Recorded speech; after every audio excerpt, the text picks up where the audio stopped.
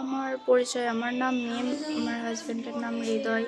সেইখানে আমাকে পিঠা খাওয়ানোর নাম করে নিয়ে যাওয়া হয়েছে। নিয়ে যাওয়ার পরে ওইখান থেকে আমাকে আটকাই দিয়েছে, আমাকে আর আসতে দেবে না। আচ্ছা। তারপর আমার বাবা মায়ের কাছে ফোন দিয়েছে, আমার বাবা মা গেছে। যাওয়ার পরে ওখান থেকে আমার বাবা মার সাথে গ্যাঞ্জাম করার পর আমার বাবা মাকে ধরে মারা হয়েছে, সাথে আমাকেও মারা হয়েছে। আমার হাজব্যান্ড আমাকে মারছে, তারপর আমার দেওর আমাকে মারছে, আমার শাশুড়ি আমাকে মারছে। আর আমার ভাইয়াকেও মারা হয়েছে, আমার আব্বুকেও মারা হয়েছে, আমার আম্মুকেও মারা হয়েছে। সবাইকে মারধর করছে তারা? হ্যাঁ। দেবরের নামটা কি? দেবরের নাম বাপ্পি। তোমার হাজবেন্ডের নাম? হৃদয়। হৃদয়। জি। মারা হলো কেন, মারলো কেন আসলে? মারলো কেন, আমি তাদের কথা, আমাকে পড়াশোনা করতে দেবে না। আচ্ছা। আমার 2 মাস পর এসএসসি পরীক্ষা, আমি এসএসসি পর্যন্ত বলেছি যে এসএসসি পর্যন্ত আমি পড়বো, আচ্ছা। তারা আমাকে পড়তে দেবে না। আর আমাদের পরিবার থেকে সবাই বলছে যে পড়াবো। এর আগেও অনেকবার এরকম মারধর করছে, মানে অনেক গ্যাঞ্জাম করে। এই জন্য আমার মা বলছে যে আমার মেয়েকে আমরা এখানে রাখবো না। আচ্ছা। এইটা নিয়ে আমার শ্বশুর বাড়ি থেকে আমাকে কেউ আসতে দেবে না। সবাই বলে যে তোদের যদি সাহস থাকে তোরা নিয়ে যা। আচ্ছা। তারপর থেকে আমার বর প্রথমে আমাকে মারে, তারপর থেকে মারপিট শুরু হয়। বর বেশি শিক্ষিত না। আচ্ছা, তোমার এখানে আসছো হাসপাতালে কয়টার দিকে আসছো? আমি কালকে রাত 9টা নাগাদ। এই ঘটনা কি রাত্রে? গতকালকে? জি, গতকাল রাতে। হাসপাতালে চিকিৎসাধীন অবস্থায় থাকার পরে তোমার শ্বশুরবাড়ির লোকজন আসছিল? কেউ আসেনি। খোঁজ খবর নেয়নি? না। এ বিষয়ে কি তুমি থানাতে কোনো অভিযোগ করেছো? জি, করা হয়েছে। তুমি এখন কি চাও? আমি এখন আমার একটা কথাই, আমি একটা সুষ্ঠু সঠিক বিচার চাই। তুমি কোন ক্লাসে পড়ো? আমি ক্লাস 10। তোমার বাসা কোথায়? আমার বাসা রাজনাথপুর। খোকসা রাজনাথপুর। কোন স্কুলের ছাত্র তুমি? আমি খোকসা জানিপুর পাইলট স্কুলের ছাত্র। আমার নাম বিপুল ইসলাম, আমার বাসার খোকসা রাজনাথপুর 3 নম্বর ওয়ার্ড। এটা আমার বোন।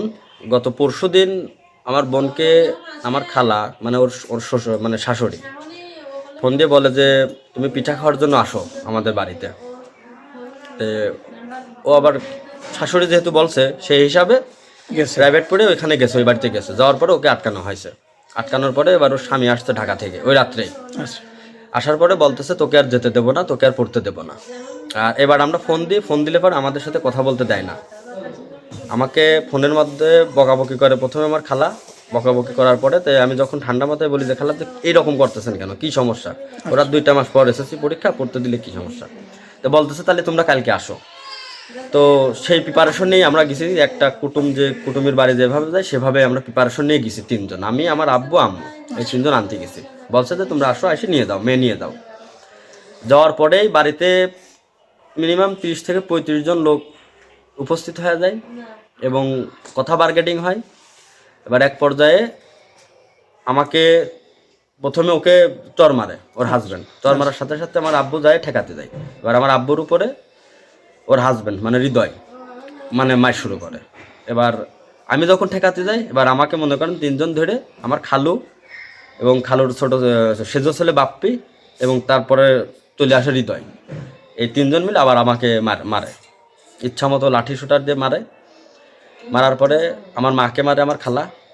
মারার পরে ওইখান থেকে আমার ছোটো বোনের চেন পর্যন্ত কেড়ে এনেছে এবং আমার মার মোবাইল এখন পর্যন্ত ওখানে পড়ে আছে। মার মোবাইলটাও নিয়ে এনেছে, এটা এখন পর্যন্ত দেই নাই। তারপর মারার পরে ওর কানে কামড় দিয়ে ধরে রাখে ওর হাজব্যান্ড, এই যে কানে এখনো পর্যন্ত রক্ত আছে। তারপর দেখেন মুখের কি অবস্থা। মারাটার পরে এক পর্যায়ে আমরা নিয়ে আসতে আর কি বাধ্য হই, মানে সক্ষম হই, যেভাবে হোক সক্ষম হয়। তারপরে এই পর্যন্তই আসি এখন পর্যন্ত। কালকে রাত্রে 9টার সময় ওকে হাসপাতালে ভর্তি করছে। এখন পর্যন্ত ওই বাড়ি থেকে বা ওই দিক থেকে কোনো মাতব্বার বা ওই বাড়ির কেউ এখন পর্যন্ত দেখার জন্য আসে নাই, খোঁজ নেয় নাই। এখন পর্যন্ত কেউ ফোনেও খোঁজ নেয় নাই যে কেমন আছে বা কি আছে। এ বিষয়ে কি থানাতে কোনো? হ্যাঁ, আমরা থানাতে অভিযোগ করছি। প্রথমে যাই ওসি স্যারের কাছে। ওসি স্যার একটা লিখিত জবানবন্দি নেয়।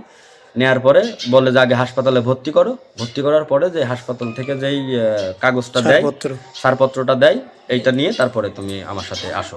তো এখন পর্যন্ত যেহেতু রিলিজ করা হয়নি, এই কারণে এখন পর্যন্ত হাসপাতালে চিকিৎসাধীন অবস্থায় আছে।